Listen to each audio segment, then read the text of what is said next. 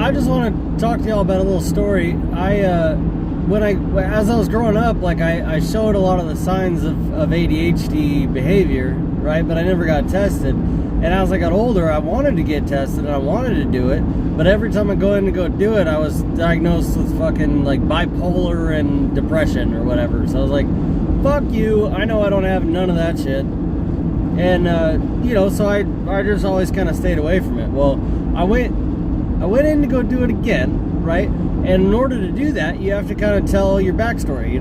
They have to kind of know where you're coming from because, there's a lot of other things that could be in the way or could happen or whatever that might affect whether or not they can really treat you or whether or not they'd want to treat you for ADHD and then some other shit, to compensate for whatever the ADHD medication can't necessarily fix, right?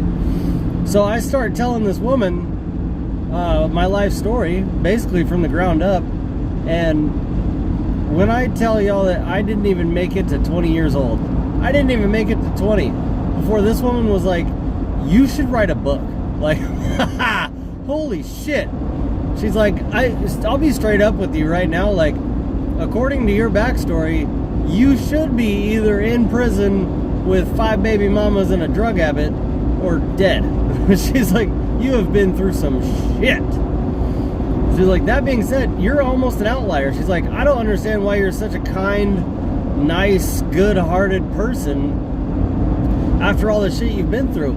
It's very, very easy for me to understand that you could be an absolute asshole right now, and this would make sense. Like, these pieces would fall together. So she was like, normally this takes like a session or 2. She's like, for you, I think we're going to need 3 sessions. I think we're going to need a little bit more to really lock down who you are, what you're about, what kind of trauma you went through, so that we can kind of help you figure out, how to deal with all that. And I was like, I ain't got nothing to deal with, man. I was like, whatever happened to me happened to me. It's over now. You know what I mean? Like, there's nothing I can do. I can't time travel, so whatever.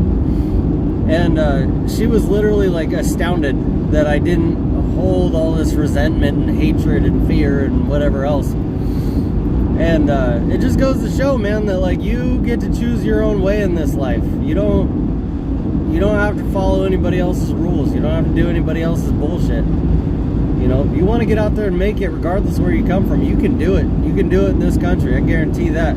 It's going to take some work and some real effort, but it don't matter where you come from. It's about where you're going.